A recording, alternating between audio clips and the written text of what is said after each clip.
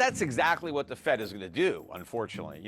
When the Fed is surprised by the fact that we go into a severe recession and inflation actually gets worse, right, which is a situation that they think is impossible. They think, well, if we go into a deep recession, at least we won't have inflation to worry about anymore, and we can just go back to what we've been doing, which is creating inflation. But if we go into a severe recession and inflation is still high, well, I mean, they're out of tricks, right? But I think that despite that, when push comes to shove, the Fed is going to pick the poison that it thinks is the least toxic, right? And it's going to say, you know what? Inflation is bad, but a financial crisis and a depression is worse. So we're just going to have more inflation. We're just not going to get back down to 2%, maybe 3 or 4%, whatever they're going to say. But hey, we're never going to get to 2 because the cost of getting there is too high. So we're just going to have to get used to living in a world with higher inflation because it's better than the alternative. Now, it's not better than the alternative. It's way worse. But the Fed and the government won't know that. And even if they do know that, all they really care about is the short run. And yes, if the poison they pick is inflation and they go back to QE and they cut rates, even though inflation is still high, the short-term pain will not be as great as if they did the right thing and continued the inflation fight. In fact, turned it into a real fight with big cuts in government spending, which is, of course, you're not going to fight inflation unless you get rid of these deficits. So we need spending cuts, maybe tax increases if we can't get spending cuts. Spending cuts are my preference. Tax increases would be the next choice, and not on the rich. Unfortunately, that's not going to work. So you got to raise taxes on the middle class and the working poor. So I'd rather cut spending to do that.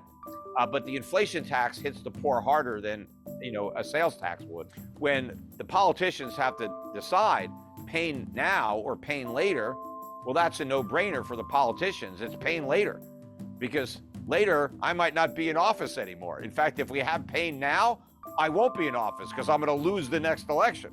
So the way to minimize my own pain as a politician is to kick the can down the road, right? So I'm going to do whatever it takes to get me reelected. So if inflation now means pain later instead of now, even if it means some pain now, but the worst pain is later on, that's what I'm doing. The politicians will always sell out the long-term interests of the country for their own political benefit. And so that's what's going to happen. And the central bankers are really no better than the politicians. I mean, they're really political animals there. And they're going to make the same choice. They're going to choose pain later because, as far as Powell is concerned, hey, I'm just going to finish out my term and it's somebody else's problem, right?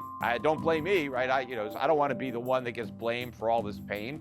Let it happen on somebody else's watch. The only time that they will do the right thing, potentially, I mean, it's not a guarantee, but let's say we're at a real crisis, right? Where the dollar is imploding, prices are skyrocketing, right? Inflation is, we're on the verge of becoming, Argentina or Zimbabwe, where it's like, it's going to be awful with, price control, shortages, riots, looting, civil unrest. I mean, things are just, it's just like an apocalyptic environment, right? In that environment where it's like, crap, no matter what we do, we're screwed.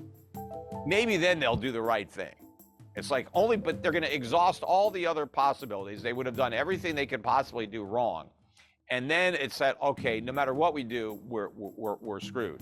Maybe then they'll do the right thing, assuming they understand what the right thing is. I mean, I'll be there to tell them, but the question is, will they listen? It's going to lead me into the next question here is like, what is it that they are going to do for this next issue, or what is it that they are planning on doing to create like the monetary stimulus or whatever that's coming? Central bank digital currencies. What's going on here? I mean, this seems to be pushed worldwide and almost guaranteed to be coming. Yeah, but that's more an element of government control than monetary policy, although it may make it easier for governments to inflate the money supply and to try to target their so-called stimulus. Because, sometimes they get frustrated. They send people stimulus checks and they don't necessarily spend the money. Oh my God, maybe they save it. And so what they could do is say, hey, instead of stimulus checks, we're going to give you some digital money with an expiration date. So here's your, we're going to load up your wallet and you got 24 hours to spend it or you lose it, right? Everybody's like, but then they might say, okay, you can spend it, but here's the only places that it's good, right? I don't know. They might try to micromanage. Oh, you can't use your money to buy a gun. You can spend it at Walmart or whatever. I don't know. But I mean, the part that I don't like about government issued, digital currency, as long as they don't eliminate cash, right, then it's not as big a deal. But they want to eliminate cash. That's what their goal is to get rid of all the bills. So you have no alternative but that digital currency. And the reason I don't want to live in a world where you're stuck using a digital currency for every transaction you make, and there's no way to transact in private, is that the government knows every single thing you spend money on. And that can give governments a lot of information about you, even if you're not spending the money illegally. For the government to know everything that you like, every cause that you support, everything that you do, they can create a profile of you, and potentially that they could use that profile in ways that could be harmful to you. And a lot of the things that you're doing today with your money may be legal, but what if they're illegal in the future? Because people just assume that governments are benevolent and they're good, but they tend to get very corrupt and get very evil. And a lot of times the governments become the bad guys and the resistance is the good guy. And how do you overturn a corrupt government? Well, it's a lot more difficult if that corrupt government knows every single thing you're doing and can see all the places that you're spending your money. And they can crack down on anybody that becomes part of a resistance. And once the government knows that it's harder for the people to resist tyranny, well, they're more likely to become tyrannical. So it becomes a self-perpetuating prophecy. Lord Acton said, power corrupts, absolute power corrupts absolutely.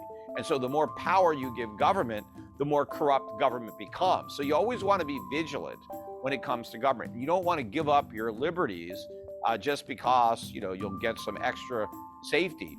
And because what the politicians are going to say is, oh, if we just eliminate cash, we'll make it harder for the drug dealers and the terrorists and the money launderers. And maybe that's true. But you know what we're going to lose a lot of our individual rights and freedom. And it's just not worth the trade-off. And from my perspective, being in the financial service industry, I already see through this charade. All of the anti-money laundering that we have now, the laws on the books, all that stuff, yes, they say it's here because of terrorists and drug dealers and criminals, but that's just for the public to get them to approve the laws. The one goal that all these governments have in mind, the criminals that they really want to catch, are the people not paying their taxes. That's really what they're going after, right? They want the tax money. And so they think that if they eliminate the cash economy, then they're going to collect more taxes. Because there's still a lot of people today that do some work under the table, get paid in cash. That's who the government is going after, not the drug dealers, right?